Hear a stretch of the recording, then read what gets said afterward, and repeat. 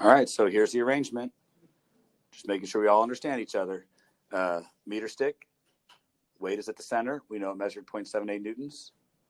200 grams, being hung at the 85 centimeter mark. This is still 80, this was still 50, and this was still 20 centimeters. You need to tell me the two tensions. And all of you looking around at the other people's papers telling me very clearly you can't do it. So do your best, but assume that this is tomorrow's quiz. There will be now. Why not?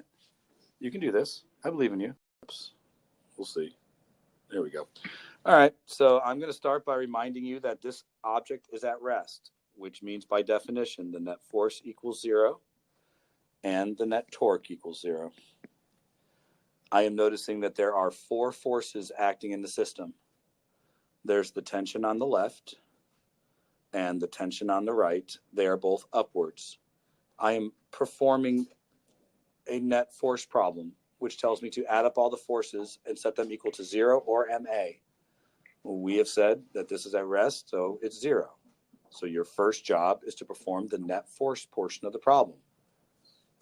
And that means adding up all the forces, taking into account their direction, and setting them equal to 0. I mean, this is all old school first semester.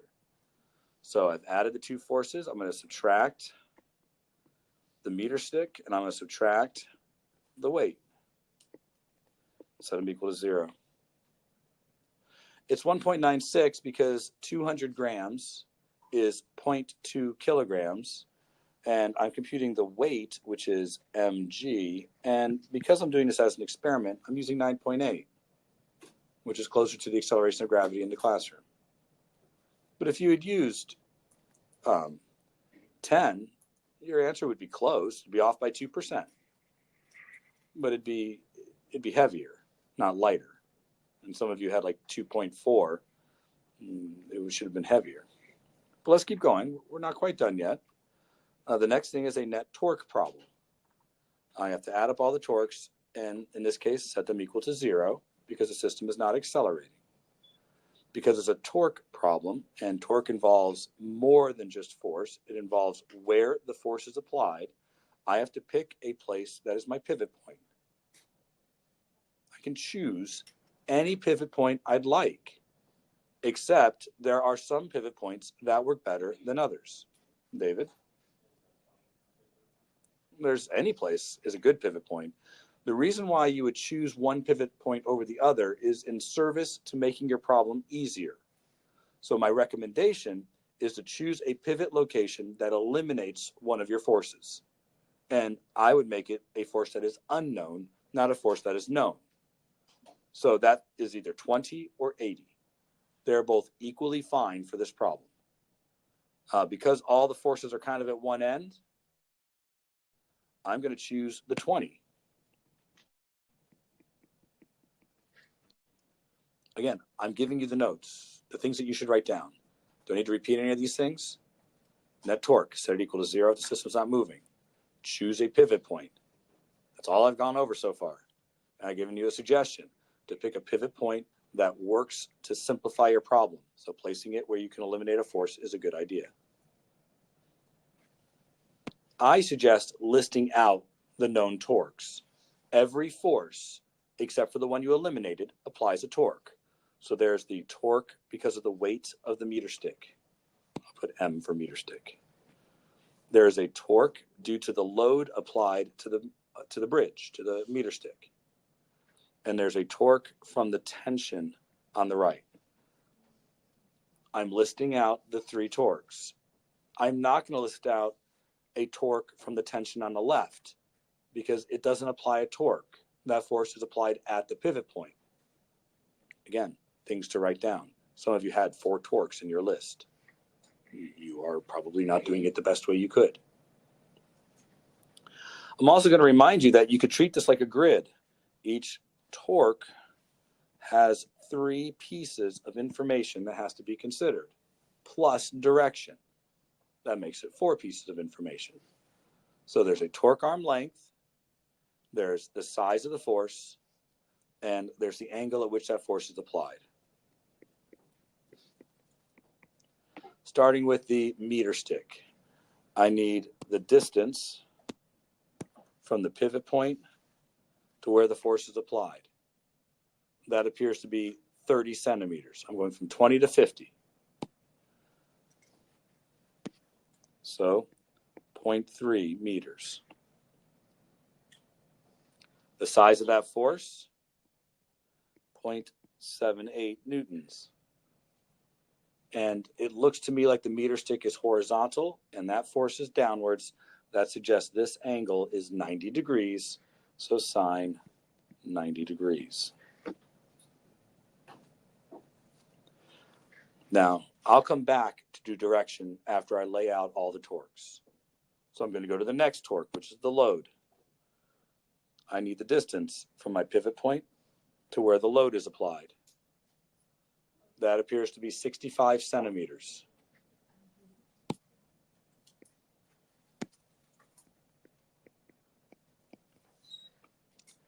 The load is 1.96 newtons. Again, I believe that this is a right angle.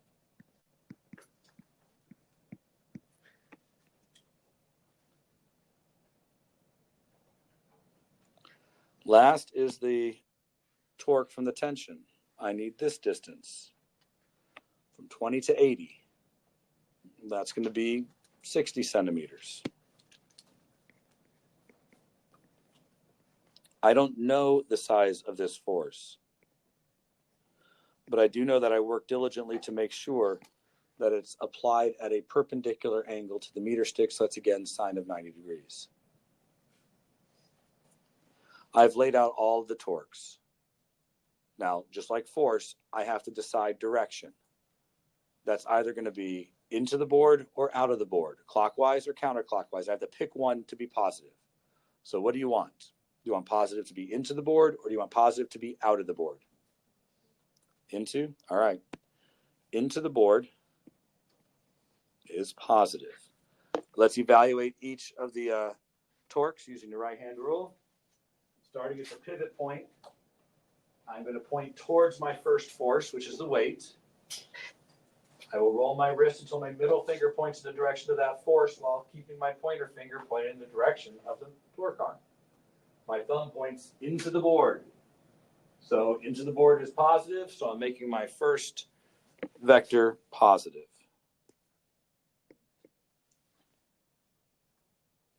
My next one is for the load. Again, point towards the load from the pivot point. Rotate my wrist until my middle finger points in the direction of that force. That is downwards. My thumb points into the board. That too will be a positive torque because into the board is positive. Last, pointer finger, point towards the tension. Roll my wrist until my middle finger points in the direction of the tension, which is upwards. My thumb points out of the board. That makes it negative. Oops. Of course, you can't just look at these and note that the 50 is causing it to go that way. The weight is causing it to go that way, and the tension is trying to make it go this way. You could look at that and see it. I mean, if the tension wasn't there, what direction would those two weights make it turn? That way. You can make that way positive and that way negative. You can draw little arrows like we've done. All right. That's what we got. So now I have to add all those up and set it equal to 0. I am confident this is going to come out to be 2.5.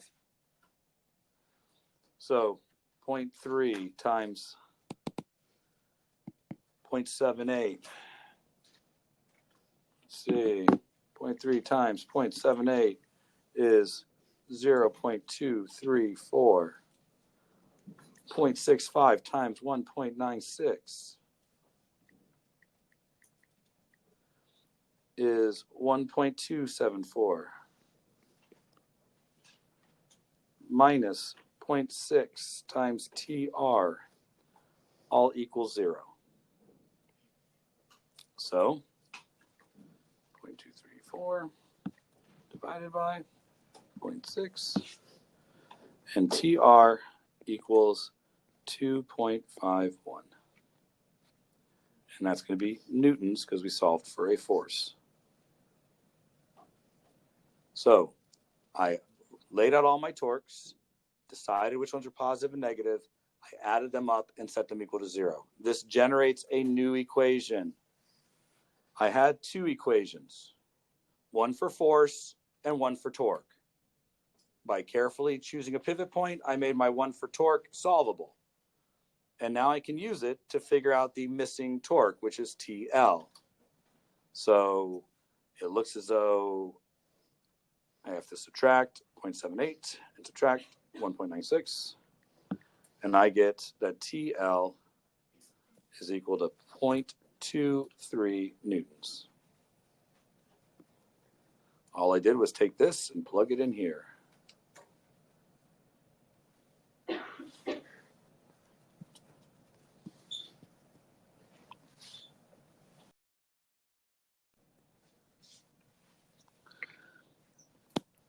So I kind of set this one up so that the cable is attached at the midpoint, but understand the cable could be attached anywhere. But the white line is a cable. We'll say it's the string. The weight is still the 200 gram mass that's being hung at the end, kind of at the end. I'm hanging it a little bit away from the very end because we're actually going to set this up tomorrow, probably not today. So this is still the 200 gram mass. This is still the meter stick, so it has its weight at the center, 0.78 newtons. But there's this cable that's attached at that 50 centimeter mark. It's also attached at the wall 30 centimeters above.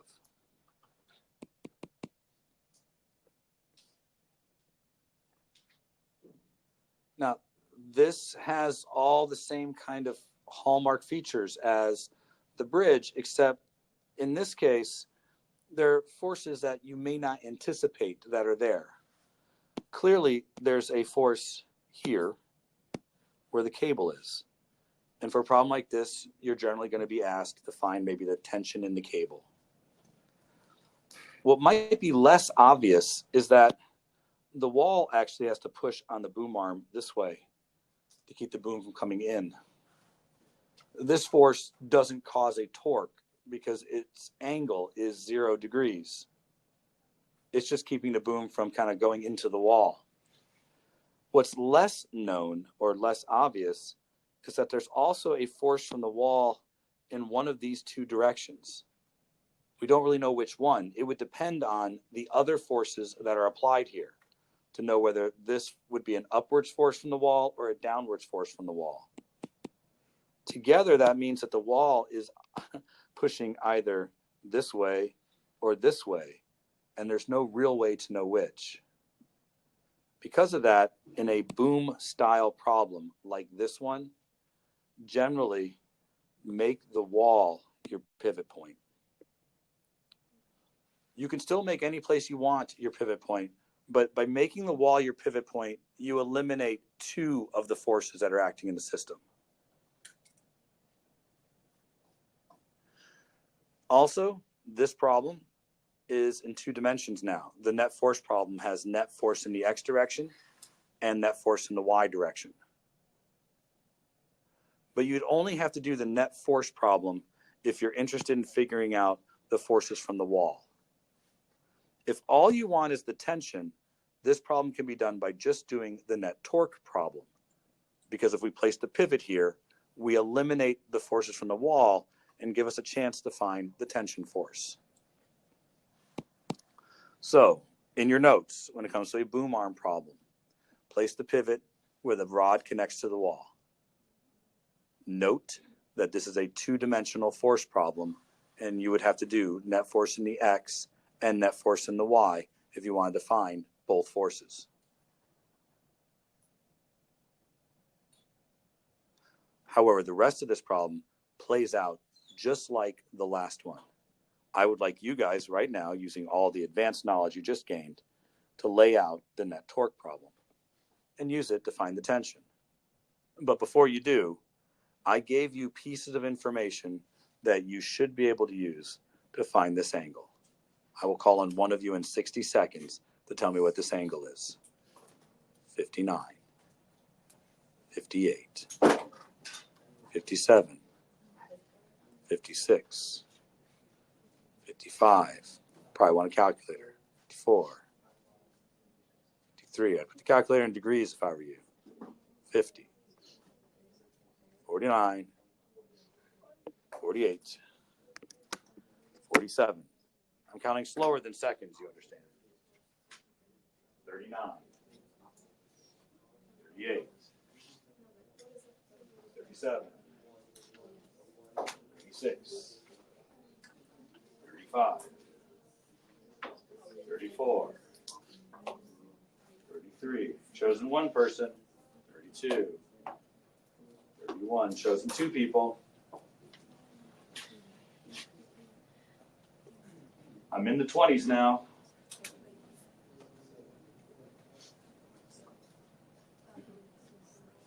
And you understand that whomever I chose, they won't be able to say, I don't know.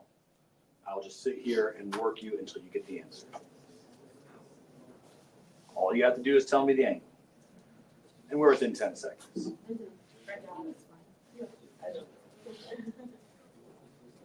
I don't know if I've ever called on either of these two people. Oh, wait,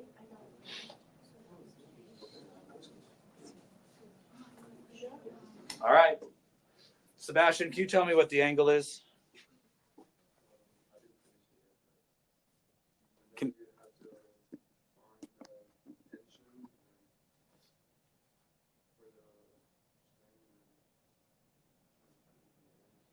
No, actually, we don't. We need the angle in order to find the tension. I've given you context clues to figure out the angle. So I'm going to ask you a couple of questions, and you see if you can use these context clues to help me out, all right? Do we know this distance? What is it? 50 centimeters.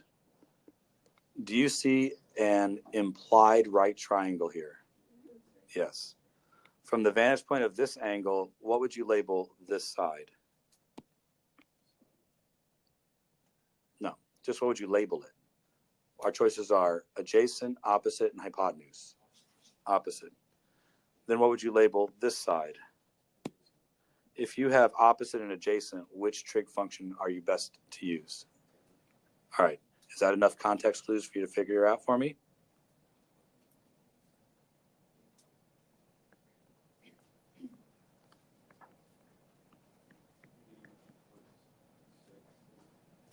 Well, I want the inverse tan of 0.6 probably to get the angle.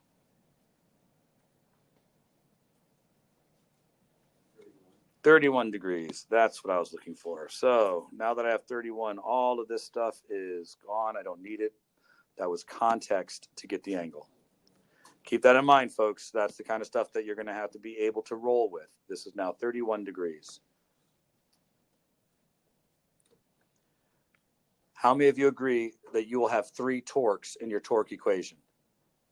Only one of you agrees? That's too bad. There will only be 3 torques in my torque equation. There will be the torque from the weight. There'll be the torque from the load. And there'll be the torque from the string. By placing the pivot point at the end, I should only have 3 torques. I'm going to call 3 people to tell me what they got for each of these 3 torques. Torque from the meter stick, torque from the load, and torque from the string or the tension. So take 3 minutes.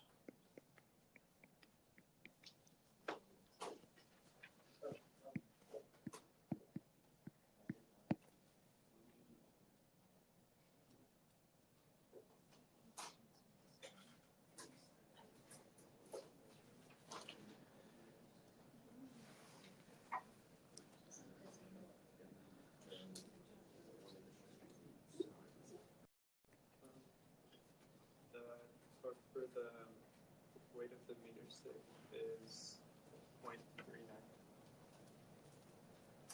What are you asking for? Just to lay out one of the torques. So R for the meter stick would be 0.5. Okay. Then the force would be 0.78. Excellent. And sine 90. Thank you. Gia, can you give me another one, please? TL. Okay. Oh, what is the torque up L? I mean, which one is that? Is the mass? That's the load. Yes, that'd be the mass, please. It's 0.85. Okay. Multiplied by 0.2, multiplied by 9.8, and sine 90 degrees. Okay, so just 1.96, sine of 90. And Tyler, can you give me the last one? 0.5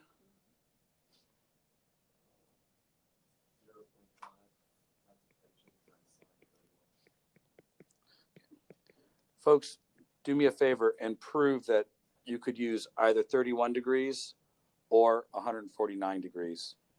If they give you either of these two angles, it's fine. So prove it real quick. Do sine of 31 and do sine of 149 in your calculator. Show that they both give you the same positive number.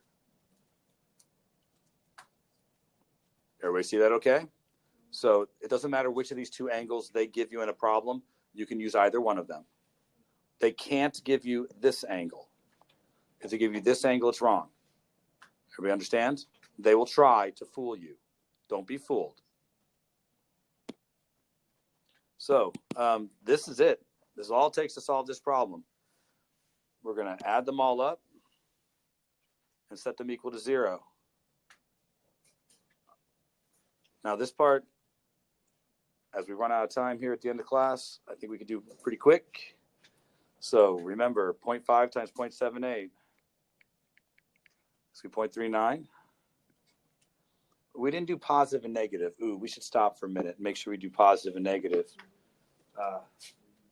Let's start with the two that I think are obvious. Do you want into the board to be positive or into the board to be negative? Negative.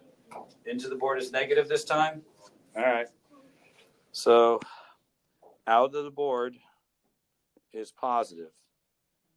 So let's start with the weight. I point towards the weight, rotate my wrist until my middle finger points down. It's into the board. That makes this one negative. David wants it to be different. So I'm going to look at the weight that's hanging. I start at the pivot point. I point towards the weight. My thumb down, so into the board. That's also negative. Start at the pivot point. Point towards the tension. Rotate my wrist upwards because it's on the top side. It doesn't really matter if it's over here or over there. As long as it's on the top, I roll my wrist over. What you don't do is you don't flip your fingers. Remember, that's wrong. You flip your fingers and you're doing something like this, you did it wrong. You leave it like this and you roll your wrist. It's either going to be above the torque arm or below the torque arm. That's all it is. So it points out of the board, it's positive. That makes this negative. It's also going to make the next one negative. 0.85 times 1.96, which is 1.66, plus 0.5 t sine 31. And that equals 0. So not too much to do here.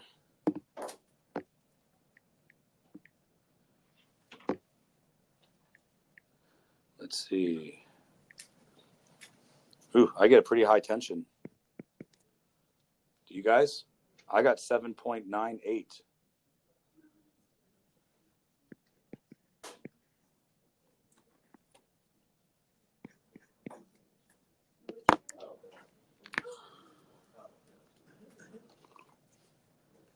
Oh, so good. I'm glad that you did it right too. This is so fun. Now, do you notice that putting that cable at an angle drastically ramps up the size of that tension? That's generally a problem. And the more your boom tends to swing out over something is why you tend to see crashes with cranes. Their operator isn't careful, you start to have issues. So setting up a system that can be used to move weights around, like in the construction of a building, generally requires well-placed and well-choreographed cranes. And they use a system of boom arms to move the weights, the girders and all that to different parts of the building. They're using this, but they're constantly considering what this load's going to be on the system inside. Nothing about this problem is that heavy. You guys see that, right? The whole meter stick and assembly is only about 3 newtons. Yet it's got 8 newtons of force in the cable. This is also why home enthusiasts who build stuff often have stuff break. They don't understand the nature of the load they're putting on their system. But that's it for today's class. I didn't give you much time to work on your lab. Tomorrow we'll try one of these for real, and then I'll give you the remainder of the class period to work on your lab.